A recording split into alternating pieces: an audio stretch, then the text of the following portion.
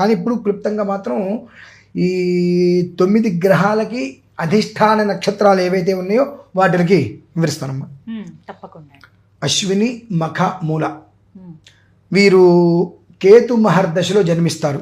ఈ గురువు రాజవటం కారణం చేత వీళ్ళకి ఒక రకమైనటువంటి అధిష్టాన యోగం అనేటువంటిది ఏర్పడుతుంది. అంటే నా అంతటి గొప్పవాళ్ళు లేడు అనేటువంటిది ఏర్పడి ఆవేశంతో అహంకారంతో తీసుకున్నటువంటి నిర్ణయాలు ఏవైతే ఉంటాయో అది వాళ్ళ నాశనానికి దారితీస్తుంది. మళ్ళీ అది అంటే అట్లా నేను ఒక కుందేలు పట్టుకున్నాను, దానికి కాళ్ళు లేవు కానీ చిరతపులికన్నా వేగంగా పరిగెడుతుంది అంటారు వాళ్ళు.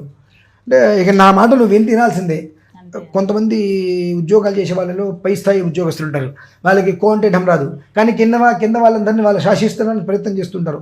ఆ స్థితికి వెళ్ళి బోర్ల పడతారు. ఈ అశ్విని, మఖ, మూల వారు కూడా అదే పరిస్థితి ఉంటుంది. కాబట్టి సాధ్యమైనంత వరకు ఈ సంవత్సరాంతం ఇవాళ రోజు కాదండి, ఎంత తక్కువగా మనం అధికారం చలాయించకుండా ఉన్నట్లయితే మనం నిలబడటానికి ఒక అవకాశం ఈ సంవత్సరానికి ఏర్పడుతుంది. సాధ్యమైనంత వరకు వీరు చిత్రగుప్తుని ఆరాధన చేసుకోవడం మంచిది. దానికి కొన్ని మంత్రాలు ఉంటాయి కాబట్టి ఆ మంత్రం మనం ఇస్తాము. చిత్రగుప్తుని ఆరాధన చేసుకోవడం అశ్విని, మఖ, మూల నక్షత్రాలకి చాలా శ్రేయస్కరం. ఇక భరణి, పుబ్బ, పూర్వాషాఢ వీళ్ళు ఈ భరణి, పుబ్బ, పూర్వాషాఢ అనేటువంటి వాళ్ళు శుక్ర నక్షత్రం, శుక్ర మహర్దశలో జన్మిస్తారు. బృహస్పతి వారికి, శుక్రుడి వారికి బద్ధ శత్రుత్వం కనుక వీళ్ళు ఎక్కడ దొరుకుతారా అని చూస్తారు. భరణి, పుబ్బ, పూర్వాషాఢ వాళ్ళు వీళ్ళ మీద ప్రత్యేక కొన్ని సీసీ కెమెరాలు ఉంటాయి. అంటే చక్షులు ఎక్కువగా వాళ్ళ నేత్రాలతో చూస్తుంటారు, వీళ్ళు ఏం తప్పు చేస్తుంటారు, వీళ్ళని ఎలా ఇందాక మీకుతో ఒక మాట అన్నాను, 2 శత్రువులు ఉన్నప్పుడు అందులో ఒకడు రాజైతే పరిస్థితి ఏంటి అని చెప్పి తొక్కేస్తారు కదండి. కాబట్టి ఎక్కడ వీలైతే అక్కడ తొక్కటానికి ఏ రకంగా అయినా సరే మనిషిని ఎదగకుండా ఏదో ఒక రకమైనటువంటి ఆ మనిషికి ఇబ్బందులు తేవాలి, అపనిందలైనా తీసుకురావాలి, ఇబ్బందులైనా తీసుకురావాలి అనేటువంటి స్థితి. అదృష్టం ఏంటంటే వీరిలో దాదాపుగా ఎక్కువ మందికి ధర్మగుణం ఉంటుందమ్మా. భరణి, పుబ్బ, పూర్వాషాఢ నక్షత్రాల్లో జన్మించిన వారికి దాదాపుగా ధర్మగుణం ఉంటుంది కనుక ద్విగుణీకృతంగా బ్యాలెన్స్డ్ వారు చేసుకోగలుగుతారు. అందులో ఎలాంటి సందేహము లేదు. సాధ్యమైనంత వరకు ఈ భరణి, పుబ్బ, పూర్వాషాఢ నక్షత్రంలో జన్మించినటువంటి వారు ఈశ్వరుణ్ణి, ఇంద్రుణ్ణి ఆరాధన చేసుకోగలిగితే దేవతలకి రాజు ఇంద్రుడు, శుక్రుడికి ఇంద్రుడికి అవినాభావం ఉంటుంది కనుక బృహస్పతి అంటే రాజు యొక్క బలం వీళ్ళ మీద ఎక్కువ రుద్దకుండా సేఫ్గా ఉండడానికి అవకాశాలు ఉంటాయి. కృత్తిక, ఉత్తరాషాఢ వీళ్ళు రవి నక్షత్రంలో జన్మిస్తారు. రవి మహర్దశ, రవి నక్షత్రం వాళ్ళు రవి మహర్దశ. వీరికి నా అంతటి సుందరాంగులు ఉండరు అనేటువంటిది ఒకటి ఉంటుందమ్మా. నేను అందగానో లేదంటే నాకు పవర్ ఉందనో, నాకు వెనకాల ఎంత బలగం ఉందనో, నాకు నేను కూర్చుంటే నా పనులు నడిచిపోతాయినటువంటిది ఒకటి ఉంటుంది. దానికి ఇంకాస్త ఎక్కువగా ఈ బద్ధకం అనేటువంటిది తోడ్పడి వాళ్ళు నా పనులన్నీ అయిపోతాయి అని కూర్చుంటే 10 రోజులు పని అక్కడే ఉంటుంది. ఆ అవ్వకపోగా ఈ 10 రోజుల పని కూడా నెత్తి మీద పడుతుంది. నెత్తి మీద అపారమైన బరువు అనేటువంటిది వీళ్ళు చేతులారా స్వతసిద్ధంగా ఉండే విధానం వేరు. ఈయన రాజుగా ఉన్నాడు కనుక దీని ప్రభావం వాళ్ళ మీద ఎక్కువగా పడ్డ కారణం చేత లేజినెస్ బాగా పెరిగి చేద్దాంలే చెందుదాంలే అనుకోవడంలోనే అయిపోతుంది. చివరికి వచ్చేటప్పటికి ఎన్ని రోజులు పెండింగ్ చేశారో అన్ని రోజుల వరకు కూడా నెత్తి మీద పడి వాచి కూర్చుంటారు వాళ్ళు. కాబట్టి సాధ్యమైనంత వరకు వీళ్ళు అగ్ని దేవుణ్ణి ఆరాధన చేయడం శ్రేయస్కరం. ఎందువల్లనంటే కృత్తిక అనేటువంటిది అగ్నితత్వం, అందులోనది సుబ్రహ్మణ్య స్వామికి సంబంధించింది కూడా. అగ్ని ఉపాసన కనుక చేసినట్లయితే ఒక మోస్తరి, ఎందువల్లంటే ఆ వేడి తగులుతున్నప్పుడు వీళ్ళు ఆ వేడి వచ్చే లోపల తొందరగా పనిచేసేసుకుందాం అనేటువంటి స్థితి ఉంటుంది కనుక ఆ లేజినెస్ పోయి అనుకున్న పని అనుకున్న టయానికి జరిగిపోవాలనుకుంటే అగ్నిహోత్రుని ఆయన ఉపాసించడం మీరు చాలా సాధారణంగా దొరికేవి కాదు కాబట్టి మీకు ఫోన్ చేస్తే మంత్రాలు నేను రికార్డ్ చేసి ఇవ్వగలను, ఇబ్బంది ఏం లేదు. అది ఇకపోతే రోహిణి, హస్తాశ్రవణం పూర్తిగా బద్ధ శత్రుత్వం బృహస్పతికి, చంద్రుడికి. ఎలా బృహస్పతి భార్యని చంద్రుడు తీసుకువెళ్ళిపోయాడు. ఈ సమయంలో వీళ్ళకి యుద్ధం వచ్చినప్పుడు శుక్రుడు చంద్రుడికి తోడొచ్చాడు. ఈ రకంగా వాళ్ళిద్దరు శత్రుత్వమయ్యారు, వీరిద్దరు శత్రుత్వమయ్యారు. ఆ ఒక బలం అనేటువంటిది ఇప్పుడు ఎక్కువగా చూపించి రాజభయం, చోర భయం, వ్యాధి భయం ఈ 3 వాళ్ళకి బాగా ఉంటాయి. కోర్టులు, పోలీసులు, పోలీస్ స్టేషన్లు అనేటువంటివి ఎక్కువగా ఉంటూ ఉంటాయి. రుణమూలంగా దాక్కోవాల్సిన పరిస్థితి వస్తుందమ్మా. మనం ఎక్కడున్నామో కూడా ఎవరికి చెప్పకుండా ఫోన్ స్విచ్ ఆఫ్ చేసేసుకొని కుటుంబాల మధ్య ఇబ్బందులు వచ్చి దంపతులు విడిపోయే పరిస్థితులు అవి ఈ రోహిణి, హస్తాశ్రవణం చాలా అత్యంత జాగ్రత్తగా ముందు నుయ్యి వెనక గొయ్యి అంటారు కదండి. ముందు నుయ్యి వెనక నుయ్యి. రెండు ఆ నుయ్యిలో మొత్తం అంతయు కూడా ఇంగ్లీష్ ముళ్ళులు అంటారు, సన్నసన్నవి. ఆ ముళ్ళతోటి కంపలతోటి అందులో పడ్డామా ఇక ఒళ్ళంతా రకరకాలుగా మనకు గాయాలైపోతాయి. అటువంటి స్థితి రోహిణి హస్తాశ్రవణానికి ఉంది. పరిపూర్ణంగా 100% శత్రుత్వం. ఇద్దరు శత్రువులు, అందులో ఒకటి రాజైతే రెండో వాడి పరిస్థితి ఏంటి అని చెప్పి. కాబట్టి ఆ స్థితిలో పూర్తిగా వీళ్ళు కొంతకాలం పాటు అజ్ఞాతంలో కూడా వెళ్ళవలసిన పరిస్థితి ఏర్పడింది వీళ్ళకి. ఎంత వీలైతే అంత గౌరీదేవిని ఆరాధన చేయటం మంచిది.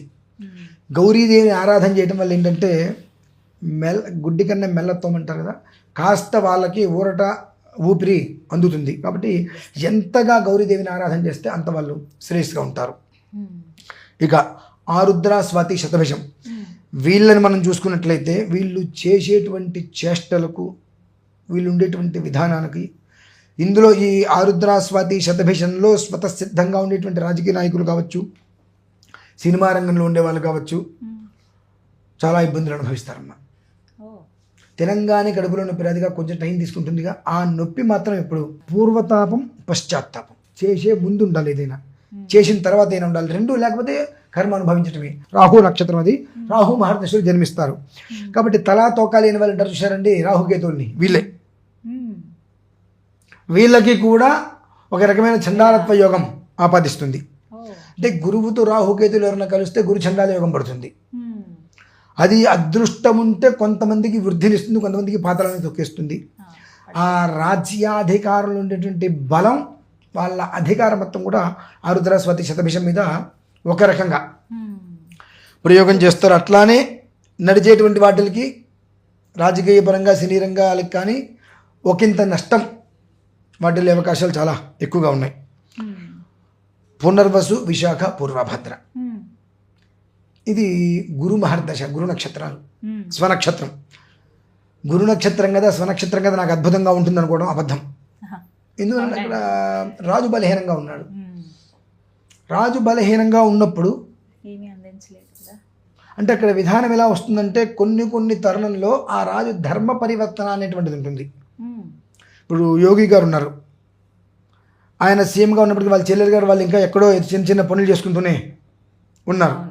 అది అంటే ఆ రాజుకి స్వవిషయానికి వచ్చేటికి ధర్మ సంస్థాపన గుర్తొస్తుంది.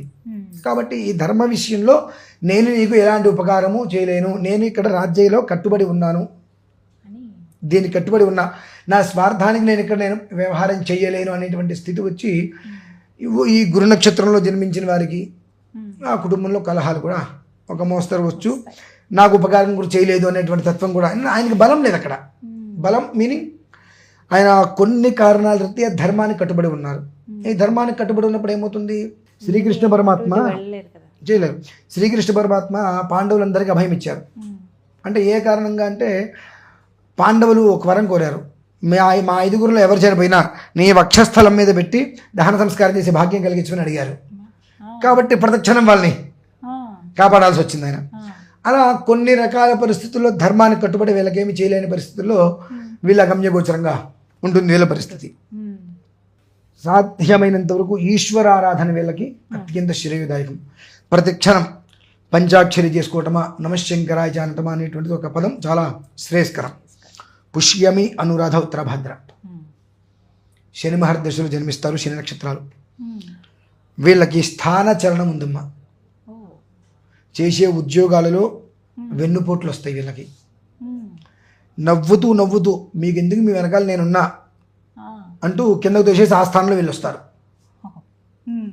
ఎంత నమ్మబలుగుతారు అంటే నిజంగా మనం మన శ్రేయస్సు కోరేది వారి తప్ప ఎవరు లేరనుకుంటాం. అంతగా నమ్మిచ్చేసేసి చాప కింద నీరులో వచ్చేసి మనం తరిచిపోతాం. ఇంకా నీకెందుకు, నువ్వు వెళ్ళి నీ వెనకాల నేనున్నా అనేటువంటి స్థితిలో మనల్ని ఒక తోపుదలతో వస్తారు. ఆ ప్లేస్లోకి వచ్చి వాళ్ళు నిలబడతారు. తద్వారా వీళ్ళకి భుక్తి కూడా ఇబ్బందికర వాతావరణానికి వచ్చే ప్రమాదం ఉంది.